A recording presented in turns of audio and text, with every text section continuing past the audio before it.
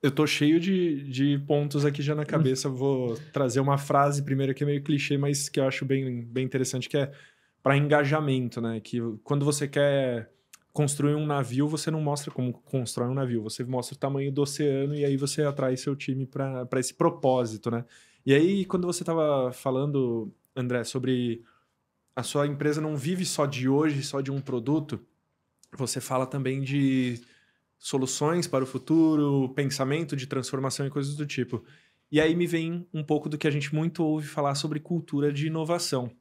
Como hoje a gente implementa uma cultura de inovação dentro de uma empresa, cara?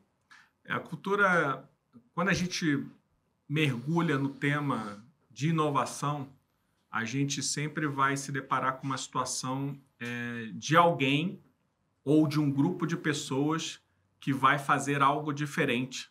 E esse algo diferente vai incomodar e desafiar o status quo, o que está estabelecido. E o que está estabelecido numa organização, normalmente são pessoas que venceram ou se desenvolveram de uma determinada forma. Então, qualquer novidade e qualquer coisa nova vindo de qualquer área, de qualquer empresa, gera, né, quando uma empresa não tem uma cultura de inovação, uma resistência, né, um sistema de quase um antivírus, né, que Sim. você fala assim, cara, não vamos deixar isso acontecer porque isso pode me ameaçar, né, dentro da minha posição.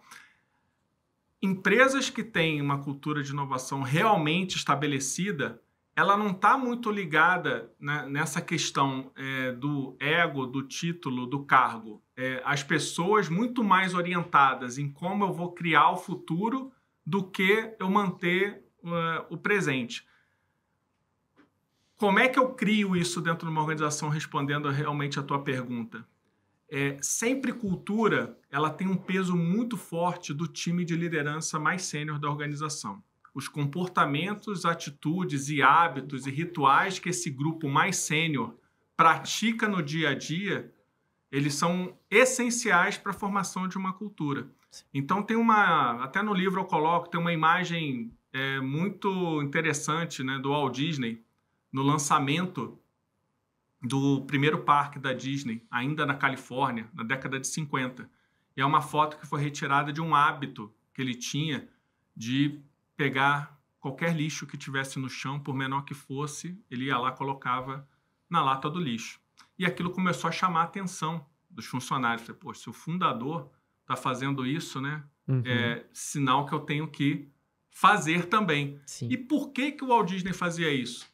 Porque a esposa dele era contra ele fazer o parque, porque na época nos Estados Unidos os parques de diversão, né, quem já viu o filme americano vê aqueles parques meio escuros, né, à noite e tal, não era um ambiente super familiar, ou tinha muita sujeira, etc. E ela era contra. E falou assim, olha, fica tranquila que meu parque vai ser o parque mais limpo do mundo. E aí aquilo virou uma filosofia, a ponto de que quem vai em qualquer parque da Disney, né, quem tem, né, oportunidade de ver em loco, cara, por mais que passem dezenas de milhares de pessoas por qualquer parque, você não vê lixo no chão, porque tem um processo até estabelecido, o posicionamento das latas do lixo, independente do seu cargo na organização, você vai lá e viu alguma coisa, você coloca na lata do lixo. Então, assim, cultura, ela sempre vem de um exemplo de comportamento, em especial da liderança. Porque você, quando você é um colaborador individual, né, você está entrando na empresa, seja como analista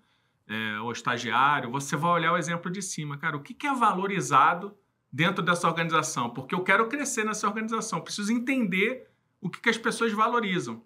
Então, mais uma frase, né, que eu coloco no livro, que eu também repito a exaustão, o que é cultura no final das contas, né? Sim. Cultura não é o que é dito, não é o que está escrito. Cultura é o que é valorizado, praticado e reconhecido no dia a dia das organizações. Então, não adianta eu botar no PowerPoint, não adianta eu botar nas paredes, não adianta eu botar numa apresentação virtual que eu sou colaborativo, Sim. que eu sou inovador. As pessoas vão perceber claramente uma diferença entre o que é falado e o que é praticado. E esse é um dos fatores fundamentais para desengajar pessoas na organização. porque a gente está vivendo a era da autenticidade, né? Se o líder não pratica aquilo que ele fala, você começa a se desconectar daquela relação e você começa a procurar ambientes onde você possa se identificar, expressar o seu melhor, seus valores, aquilo que você acredita fazer.